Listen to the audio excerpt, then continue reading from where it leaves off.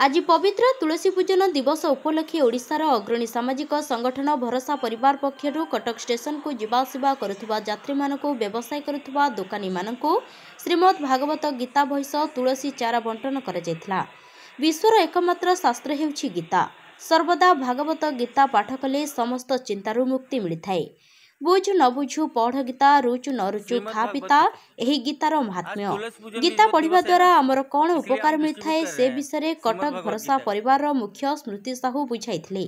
उक्त कार्यक्रम में स्मृति साहू, देवानंद दास, रोजालिन पंडा और श्रद्धा शक्ति सेवा संस्थार जनमंगल रासलर सभानेत्री निरुपमा मिश्र, विभू शतपथी मध्य खुशीर सहित जोग देथिले। प्रदीप्त कुमार दास का रिपोर्ट, जयदेव न्यूज। नमस्कार, जय जगन्नाथ। कटक भरोसा परिवार स्मृति साहू। आज पवित्र तुलसी पूजन दिवस उपलक्षे किसी गीता बही बांटिया स्थिर कली। कहीं आमर विश्वर एकमात्र शास्त्र हेउछि श्रीमद् भगवत गीता। तो ये गीता आस्ते आस्ते आध्यात्मिक पुराण शास्त्र ये सब आस्ते आस्ते लोप पाइबा गला। तो आगुरी समस्ते कौन कहते ना, जिते गोटे झील को घर को बोहू करने आणुले से आग प्रथम पचारे झील तू गीता पढ़ी जानी तो आग प्रथम गीता को ही ध्यान दौले।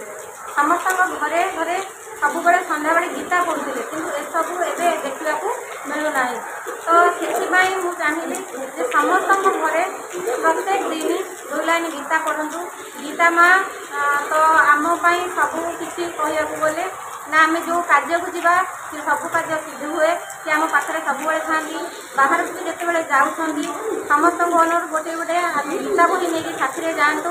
तो आम जन्म नहीं केवल आमर परिचय नुहे, आम कर्म ही आमर परिचय। तो आम कर्मर फल ये ही सब लिखाई। तो समस्त को अनुरोध करुँच प्रत्येक दिन 2 लाइन समस्ते गीता पढ़ु। जय जगन्नाथ।